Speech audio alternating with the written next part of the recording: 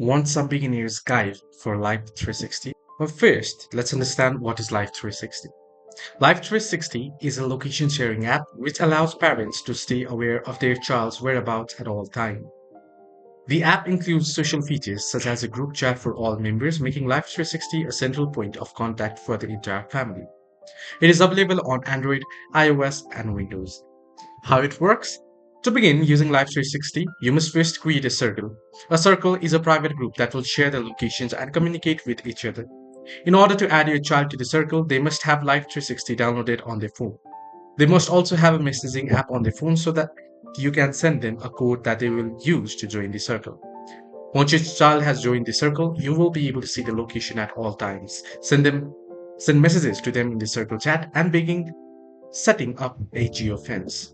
We'll also get various parenting controls, that is live location, group chat, geofencing, SOS button, driving reports, and such. Hope this video helped. Do like and subscribe as well.